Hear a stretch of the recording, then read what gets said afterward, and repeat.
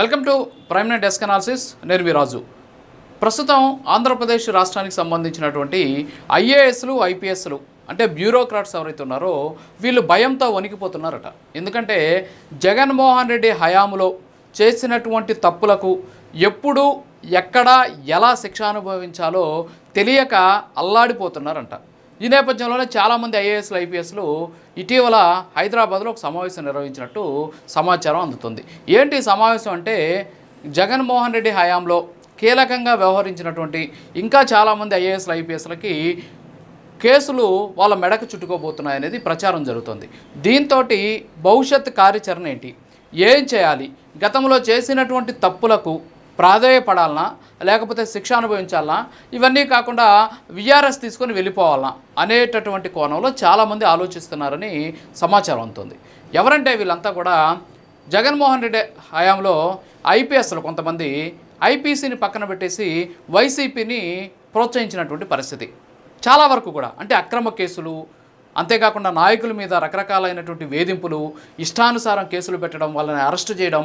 అంటే ఎంత దారుణమైనటువంటి విషయం అంటే చిత్తూరులో ఒక నారాయణ స్కూల్ అనుకుంటాను, అక్కడ 10th క్లాస్కి సంబంధించి మాల్ ప్రాక్టీస్ జరిగింది. మాల్ ప్రాక్టీస్ జరిగితే అక్కడ పేపర్ లీక్ అయిందని చెప్పేసి అప్పటి మాజీ మంత్రి, అంటే ఆయన నారాయణ విద్యాసంస్థలు ఇప్పుడు ప్రస్తుతానికి మంత్రి, ఆయన కొడుకు వర్ధంతి రోజునే అరెస్ట్ చేసి జైలుకి తీసుకెళ్ళినటువంటి పరిస్థితి. సో ఈ విధంగా రకరకాలుగా అప్పట్లో ఐపీఎస్లు చాలా దారుణంగా ప్రవర్తించారు. చంద్రబాబు నాయుడు అంగంలోకి వచ్చినటువంటి సందర్భంలో అక్కడ ఉన్నటువంటి ఒక ఐపీఎస్ అధికారి ఏ విధంగా ప్రవర్తించారో కూడా అందరూ కూడా చూసినటువంటి పరిస్థితి. ఇక గుంటూరు జిల్లాకు సంబంధించి ఒక ఎస్పీ, ఆయన ఏ విధంగా ప్రవర్తించారో అందరం చూసాం. జత్వానీ కేసుకు సంబంధించి సీనియర్ ఐపీఎస్ల పరిస్థితి ఏంటో చూసాం. ఇక ఐఏఎస్లు కూడా అలాంటి దారుణమైనటువంటి పరిస్థితులకే పాల్పడినట్టు తెలుస్తుంది. ఎందుకంటే మంత్రులకి, అప్పట్లో ఎమ్మెల్యేలకి భారీ ఎత్తున భూములు రాసిచ్చేయడం, వాళ్ళకి చెప్పినటువంటి వాళ్ళందరూ కూడా ప్రభుత్వ భూములన్నీ కూడా అప్పనంగా కట్టబెట్టడం. సో ఇవన్నీ కూడా ప్రస్తుతానికి విచారణలో బయటకు వస్తూ ఉన్నాయి. ఎస్పెషల్లీ ఐపీఎస్లు చాలా ఇబ్బందులు పడుతున్నారు, భయపడుతున్నారు కొంతమంది. ఎందుకంటే జగన్మోహన్ రెడ్డి జమానాలో ఇష్టానుసారంగా పనిచేశారు. ఇష్టానుసారం అంటే జగన్మోహన్ రెడ్డి ఏమి చెప్పినా, ఒక కేసు పెట్టాలి అంటే ఐపీసీ అని ఒకటి ఉంటుంది. ఈ ఐపీసీలో ఉన్నటువంటి సెక్షన్లు ఇప్పుడు వచ్చేసి బిఎన్ఎస్ ఉంది. సో ఈ సెక్షన్లు చూసి వాళ్ళు కేసులు పెట్టాలా. కానీ జగన్మోహన్ రెడ్డి హయాంలో ఏం చేశారు, ఎమ్మెల్యే చెబితే ఆ ఎమ్మెల్యే చెప్పినటువంటి కేసుకి ఏ సెక్షన్ వర్తిస్తుందో అప్పుడు ఆ కేసులు పెట్టినటువంటి పరిస్థితి. సో ఐపీసీ సెక్షన్లు ఎప్పుడు కూడా ఫాలో అవ్వాలి వాళ్ళు, ఓన్లీ వైసీపీ సెక్షన్లే కొంతమంది ఫాలో అయినటువంటి పరిస్థితి. సో వీళ్ళంతా కూడా ఇప్పుడు భయపడుతున్నారంట.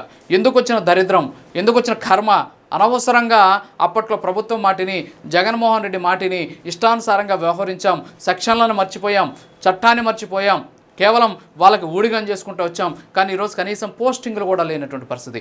చాలామంది ఐపీఎస్ అధికారులకు పోస్టింగ్లు లేవు, కొంతమంది ఐఏఎస్ అధికారులకు ఇంకా పోస్టింగ్లు లేవులా, వాళ్ళు ఇంకా కూడా వీఆర్లో ఉన్నటువంటి పరిస్థితి. కనీసం ఇప్పటివరకు వాళ్ళని పట్టించుకున్నటువంటి నాదులు లేడు. ఐపీఎస్లు చదివి చుట్టుపక్కల బంధువుల్లో, కుటుంబ సభ్యుల్లో, అంతేకాకుండా కన్న ఊరిలో, పెరిగినటువంటి ఊరిలో, ఫ్రెండ్స్లో ఎంతో అత్యున్నతమైనటువంటి స్థాయిలో ఉండాల్సినటువంటి సర్వీసెస్కి ఎంపిక ఈరోజు జగన్మోహన్ రెడ్డి అనేటటువంటి ఒక వ్యక్తికి ఊడిగం చేసి కనీసం పోస్టింగ్లు కూడా లేకుండా ఇంట్లో కూర్చోవాల్సినటువంటి దుస్థితి. దీని అంతటి కారణం ఎవరు, ఇష్టానుసారంగా పెట్టరేగిపోయినటువంటి కొంతమంది ఐపీఎస్లు. అరే మనం చదువుకున్నటువంటి చదువేంటి, అరే మనం చేసినటువంటి ఉద్యోగం ఏంటి, మనకున్నటువంటి ప్రయారిటీస్ ఏంటి, నాకున్నటువంటి బాధ్యతలు ఏంటి, నా ఉద్యోగం ఏంటి, ఇవన్నీ కూడా పక్కన పడేసి ప్రభుత్వం ఎంకరేజ్ చేస్తుంది కదా అని చెప్పేసి తప్పుడు దారిలో నడిచి ఈరోజు కనీసం కుటుంబ సభ్యుల్లో కూడా తలెత్తుకోలేనటువంటి సిచ్యువేషన్లో ఈరోజు చాలామంది ఐపీఎస్లు ఉన్నారు. సో వాళ్ళంతా కూడా ఇప్పుడు ఒకటే నిర్ణయం తీసుకున్నారంట, విఆర్ఎస్ తీసుకొని వెళ్ళిపోదాం, ఎందుకు వచ్చిన దరిద్రం, అరెస్ట్ చేసి లోపలిస్తే మా పరిస్థితి ఏంటి అనేటటువంటి భయం పడుతున్నారంట. ఇందులో భాగంగానే ఇటీవల హైదరాబాద్లో వీళ్ళంతా సమావేశమయ్యారంట. సమావేశమై ఒక నిర్ణయం తీసుకున్నారంట. ఏంటంటే ఎవరెవరి మీద కేసులు రావచ్చు అనే దాని మీద పూర్తిగా వాళ్ళంతా ఒక నోట్ రెడీ చేసుకొని, సో నేను చేసినటువంటి తప్పులు ఇవి, నా తప్పుల సంఖ్య ఇది, నా తప్పుల శాతం ఇది, నేను చేసినటువంటి తీవ్రత ఇది, సో కేసులు, తప్పుడు కేసులు, పెట్టినటువంటి కేసులు, తీవ్రత, ఇవన్నీ రాసుకొని సో మీరు అరెస్ట్ అవ్వచ్చు, లేకపోతే నువ్వు అరెస్ట్ కాలేవు, లేకపోతే నీకు మీద చట్టపరమైన చర్యలు ఉంటాయి, లేకపోతే నా మీద శాఖాపరమైన చర్యలు ఉంటాయి. సో ఈ విధంగా రాసుకొని ఎవరికి వాళ్ళు ఒక డెసిషన్ తీసుకున్నారంట. అందులో ఒకరిద్దరు విఆర్ఎస్ తీసుకుని వెళ్ళిపోతాం, మాకు ఎందుకు వచ్చినటువంటి పరిస్థితి ఇది, అనవసరంగా దారుణమైనటువంటి దరిద్రమైనటువంటి పనులు చేసాం గతంలో, సో మమ్మల్ని వదిలేటటువంటి పరిస్థితి లేదు ఈ కూటమి ప్రభుత్వం, కాబట్టి మేము వెళ్ళిపోతాం అనేటటువంటి ఆలోచన కూడా వచ్చేసారంట. ఎంత దారుణమైనటువంటి పరిస్థితి. ఒక ఐఏఎస్ ఐపీఎస్ అంటే ఎంత చేయొచ్చు దేశానికి, రాష్ట్రానికి, వాళ్ళు ఉన్నటువంటి ప్రాంతానికి. చాలామంది ఐఏఎస్ల పేర్లు ఇప్పటికి కూడా తమిళనాడులో ఒక ఐఏఎస్ పేరుని అక్కడ ఉన్నటువంటి పుట్టినటువంటి పిల్లలకు పెట్టుకునేటటువంటి పరిస్థితి ఉంది. ఇప్పటికి కూడా చాలామంది ఐఏఎస్ ఐపీఎస్లకు సంబంధించిన పేర్లను వీధులకు పేర్లు పెట్టినటువంటి పరిస్థితి ఉంది. కొన్ని గ్రామాలకు వాళ్ళ పేర్లు పెట్టినటువంటి పరిస్థితి ఉంది. కొన్ని హ్యామ్లెట్స్కి వాళ్ళ పేర్లు పెట్టినటువంటి పరిస్థితి ఉంది. మరి అంత అద్భుతమైనటువంటి పనితీరుతో ఉండాల్సినటువంటి ఐఏఎస్ ఐపీఎస్ బ్యూరోక్రాట్స్ ఎవరైతే ఉంటారో, అంటే వీళ్ళని ఆల్ ఇండియా సర్వీసెస్ అంటాం, మరి వీళ్ళు ఈరోజు ఎంత దరిద్రమైన దౌర్భాగ్యకరమైనటువంటి పరిస్థితికి వచ్చేసారు.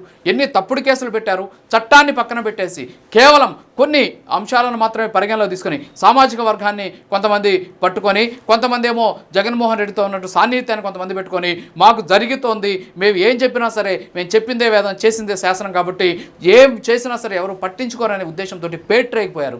చట్టాన్ని గౌరవించాల, కనీసం కోర్టులు అంటే గౌరవం లేకుండా వ్యవహరించినటువంటి పరిస్థితి చూసాం మనం గతంలో. అంతేకాకుండా చాలామంది జైలుకి వెళ్ళినటువంటి పరిస్థితి వైఎస్ రాజశేఖర రెడ్డి హయాం నుంచి చూస్తే ఎంతమంది జైలుకి వెళ్ళినటువంటి పరిస్థితులు మనం చూసాం. కానీ ఇప్పుడు కూడా అలాంటి సిచ్యువేషన్ ఉంది. ఇప్పటికే పిఎస్ఆర్ ఆంజనేయులు లాంటి ఒక సీనియర్ ఐపీఎస్ అధికారి ప్రస్తుతానికి ఆయన జైల్లో ఉన్నటువంటి పరిస్థితి. అలాగే జత్వానీ కేసుకు సంబంధించి కాంతిరాణ టాటా ఎలాంటి స్థాయి నుంచి ఆయన ఈరోజు ఐపీఎస్కి వచ్చాడు. కానీ ఈరోజు ఆయన చేస్తున్నటువంటి పరిస్థితి ఏంటి, ఎంత అంటే ఇంట్లో కావచ్చు, అంతేకాకుండా కుటుంబ సభ్యులు ఎంత అవమానకరమైనటువంటి పరిస్థితులు ఎదుర్కోవాలి. సో ఇలా చెప్పుకుంటూ పోతే చాలామంది ఐపీఎస్ అధికారుల పరిస్థితి చాలా దారుణంగా తయారవుతుంది. కనీసం అరే మనం ఉన్నటువంటి వ్యవస్థ ఏంటి, ఈ వ్యవస్థకు లోబడి మనం ఏం చేయాలి, ప్రజలకు సేవ చేయాలా, మేలు చేయాలా అనేటువంటి అంశాలన్నీ కూడా పక్కన పెట్టేసి ఈ విధంగా చేయడం వల్ల ఇప్పుడు పోస్టింగులు లేవు. ఎప్పుడు అరెస్ట్ చేస్తారో తెలియదు, ఏ వైపు నుంచి ఎవరు వస్తారో తెలియదు, ఎలాంటి నోటీస్ వస్తుందో తెలియదు, ఎప్పుడు విచారణకు రమ్మంటారో తెలియదు, విచారణకు వెళ్తే మనల్ని ఇంటికి పంపిస్తారో లేదో తెలియదు.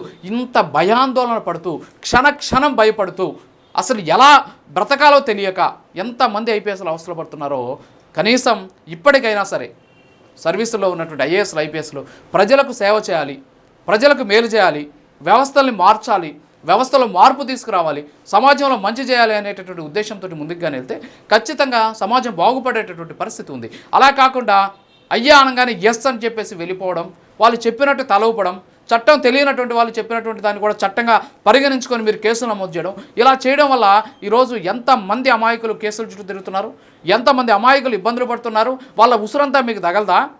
అంతేకాకుండా ఆ ఉసురుతో పాటు మీరు చేసినటువంటి తప్పులకు ఇప్పుడు శిక్ష అనిపించట్లేదా? కనీసం పోస్టింగ్లు కూడా లేనటువంటి పరిస్థితి. ఈ రోజు కూడా కొంతమంది ఐపీఎస్ ఆఫీసర్లు డీజీపీ ఆఫీస్కి పోయి సంతకాలు పెట్టి రావాల్సినటువంటి సిచ్యువేషన్ ఉంది. ఏంటి ఇంత దరిద్రమైనటువంటి పరిస్థితి ఏంది? ఎందుకు అంత మంచిగా చదివారు, అంత బాగా ఉద్యోగాలు చేశారు, కీలకమైనటువంటి పదవుల్లో ఉన్నారు, కీలకమైన పోస్టింగులు చేశారు, అంతేకాకుండా చాలా వరకు కూడా మంచి కార్యక్రమాలు చేశారు. ఎందుకు ఈ 5 ఏళ్లలో ఇంత దారుణంగా దరిద్రంగా దిగజారిపోవాల్సి వచ్చింది? ఒక్కసారి మనస్సాక్షిని కానీ మీరు కానీ ప్రశ్నించుకుంటే, చేసినటువంటి తప్పులను సమర్థించుకోకుండా మనం చేసింది ఇది అని కానీ మీరు కానీ ఒక్కసారి మనస్సాక్షిని కానీ అనుకుంటే ఖచ్చితంగా వాస్తవాలు వెలుగులోకి వచ్చేటటువంటి పరిస్థితి ఉంది. ఇప్పటికైనా సరే చేసినటువంటి తప్పుని, అంటే ప్రభుత్వం ఏదైనా కానీ జగన్మోహన్ రెడ్డి కావచ్చు, చంద్రబాబు నాయుడు కావచ్చు, లేకపోతే ఇంకో ప్రభుత్వం కావచ్చు, కానీ మీకున్నటువంటి మాన్యువల్ ఒకటి ఉంటుంది. ఆ మాన్యువల్ని పాటించకపోతే ఏమవుతుంది అనే దానికి ఈరోజు ఆంధ్రప్రదేశ్లో ఉన్నటువంటి కొంతమంది ఐఏఎస్ ఐపీఎస్లే దీనికి ప్రధానమైనటువంటి పరిస్థితి. సో ఈ నేపథ్యంలోనే వీళ్ళంతా కూడా ఇటీవల హైదరాబాద్లో సమావేశమయ్యారట. సమావేశమై ఏం చేయాలి, భవిష్యత్తులో మన పరిస్థితి ఏంటి, పోస్టింగ్లు లేకపోతే ఎలా ఉండాలి, వీఆర్ఎస్ తీసుకుందాం అనేసి క్షణం భయపడుతూ ఉన్నటువంటి పరిస్థితి కనిపిస్తుంది. ఇది వాటి డెస్క్ అనాలిసిస్. మరో అనాలిసిస్లో మళ్ళీ కలుద్దాం. నమస్కారం.